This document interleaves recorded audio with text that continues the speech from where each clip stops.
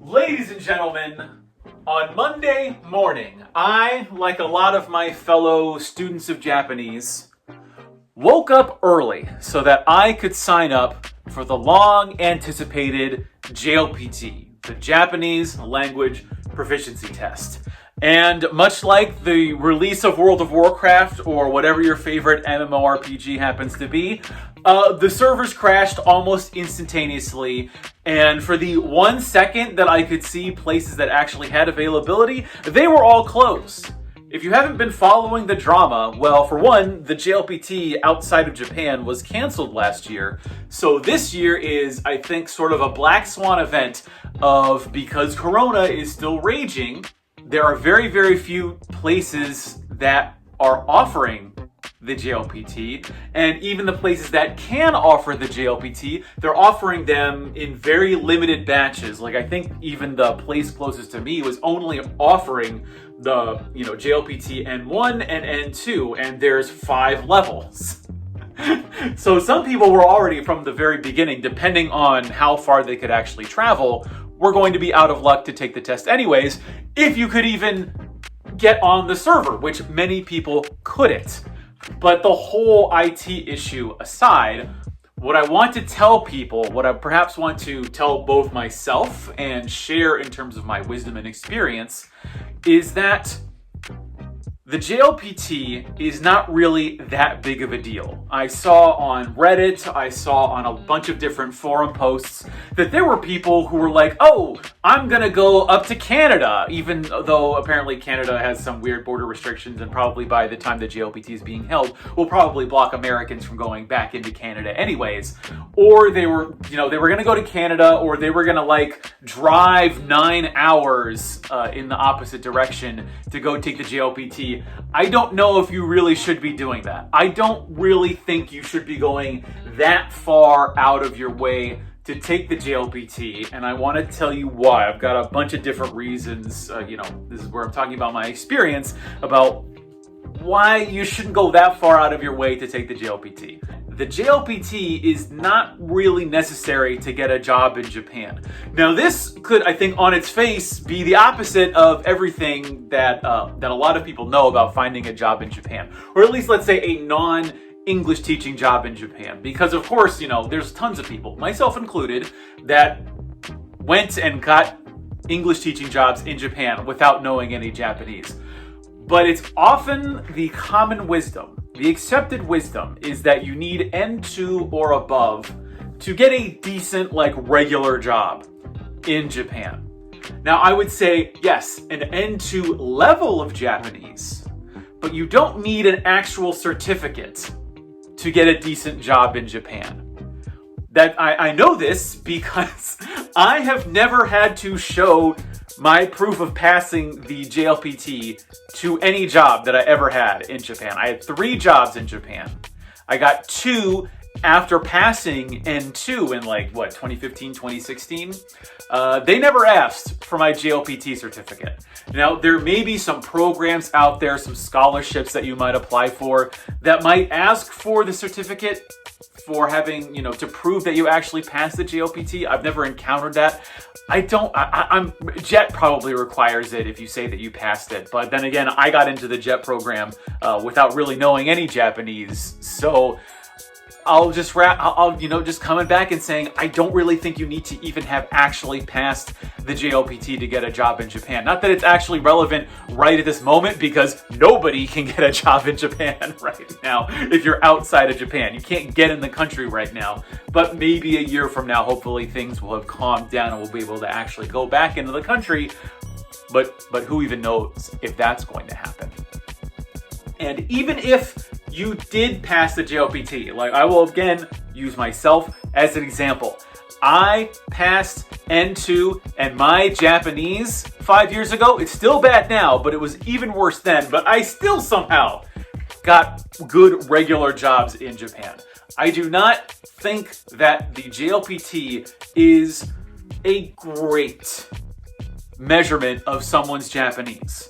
It is an all-paper test with a small listening component, and even then the listening is a little bit baffling. When you're applying for jobs in Japan, these Japanese companies will test your Japanese really just by interviewing you.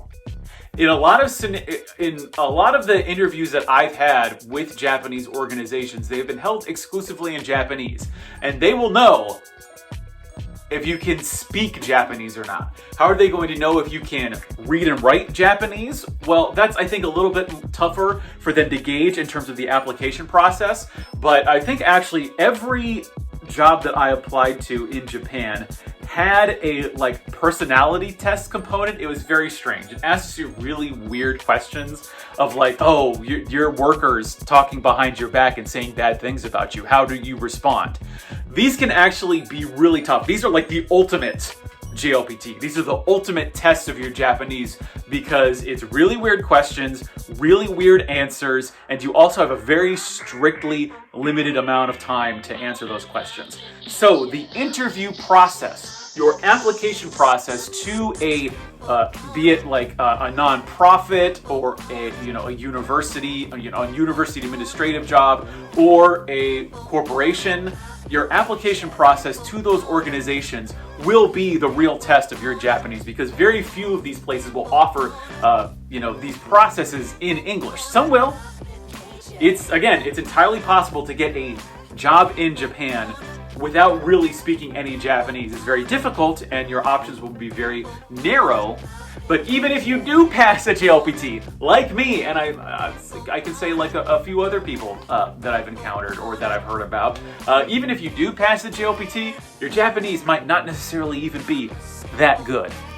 The last thing I want to say, and perhaps the glimmer of hope that I would like to give both myself and the people that are watching this, is that even if this was the last chance for us to sign up for the JLPT in 2021, there's always next year. Hopefully the world doesn't collapse by then, but I'm not making any guarantees. But hopefully there will be a JLPT next year.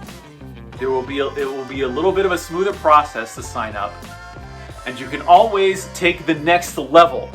If you're planning to take, N3 this year, well, get a practice test. There are lots of practice tests available online. You can order booklets through Amazon or Amazon Japan.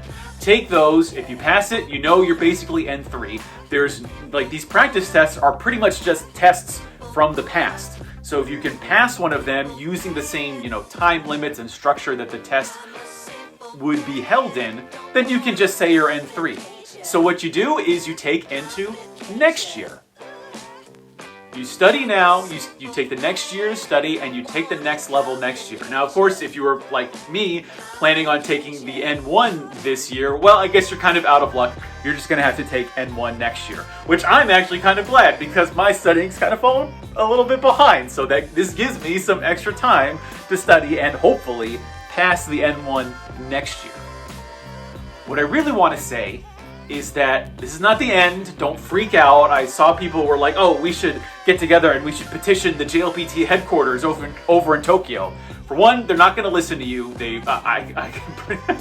With my experience in Japanese organizations, the Japanese headquarters doesn't often care what happens outside of Japan. Keep that in mind. But also, the JLPT is not that big of a deal. People put a lot of emphasis on, getting that N2 so that you can get a real job in Japan. For one, there are ways where you can thread the needle and get these jobs in Japan without actually having passed the JLPT. Or even if you do pass the JLPT, that doesn't necessarily mean your Japanese is going to be that great. So keep on studying, get ready for next year, but also don't stress out too bad about it.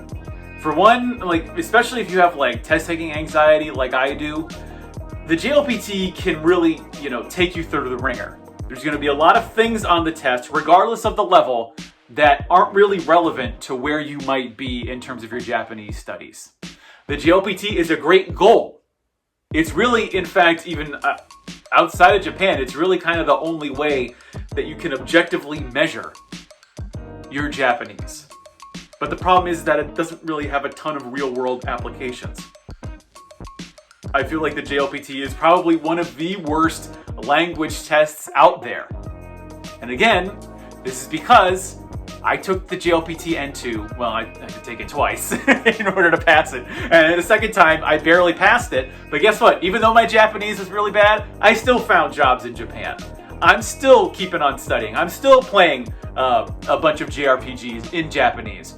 Remember, not only should you be book studying, you need to also be consuming media that was meant for native Japanese speakers.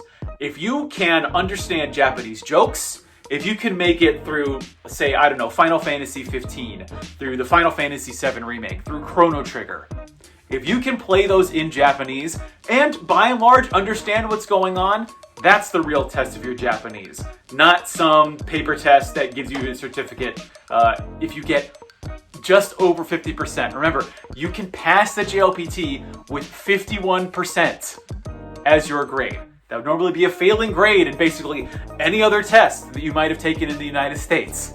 Not so with the JLPT. And how do I know? Because I think I got a 54 on the N2. And so I've got my big, beautiful JLPT N2 certificate. How will I pass the N1? I don't know. But as long as I can get that sweet, sweet 51%, I'm golden. I've been your man out of Japan, Jay Contra. Thanks for watching. See you next time, and mahalo.